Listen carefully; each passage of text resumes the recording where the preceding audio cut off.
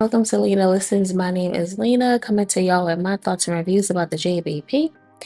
All right, y'all. If you caught the Patreon episode titled Shea Butter and Dashikis, you was in for a ride.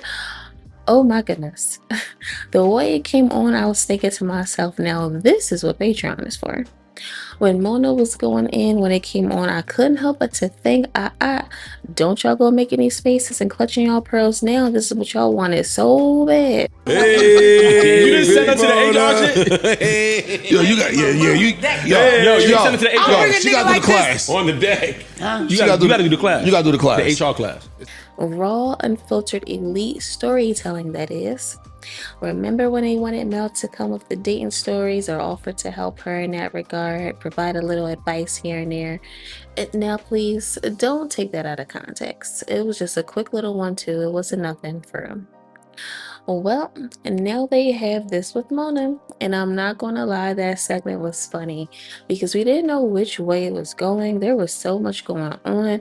If you haven't watched it yet and typically watch while you're working, be sure to pop in an AirPod or whatever you use. You're going to need it for the beginning, just a little bit. My Monday morning was mundane, so these laughs were greatly appreciated. And I definitely wasn't expecting to hear a throat baby on a Monday morning, but yet here we were. One thing Mona's going to do is shock them with an off-the-wall question each and every time, boy. And you just gotta watch their faces. They don't be expecting none of these things at all.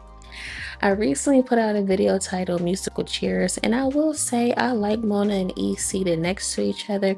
It was fun seeing them interact, but while we're on E and Mona, Imani asked a good question.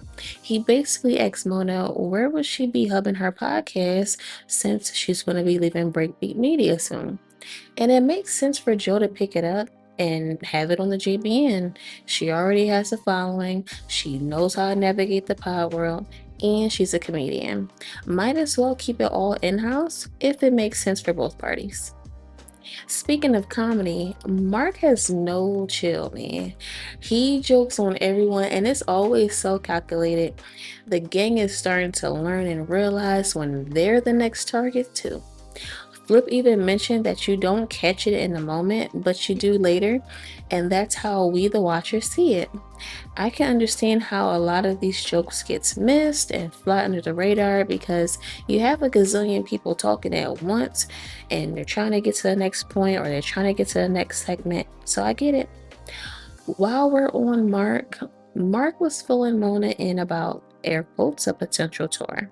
And when he said he doesn't need a rider, just 1/3 of the door, I don't know why some were so shocked about this up there, that he said that. He's only been saying this, that he wants 1/3 of the door, since he got up there.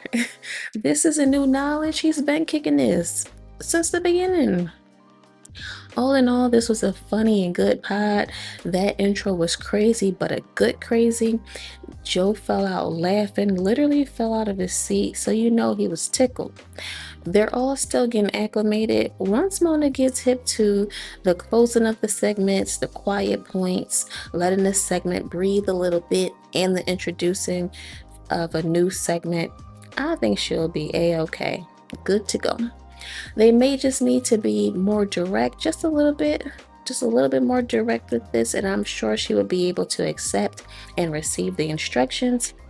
If you saw or listened to this episode, drop your key takeaways from this episode. Do y'all like the energy Mona had, or do y'all want her to reel it in just a bit, just a little bit? Like, comment, and subscribe if you're feeling the content. Until next time, y'all. Bye.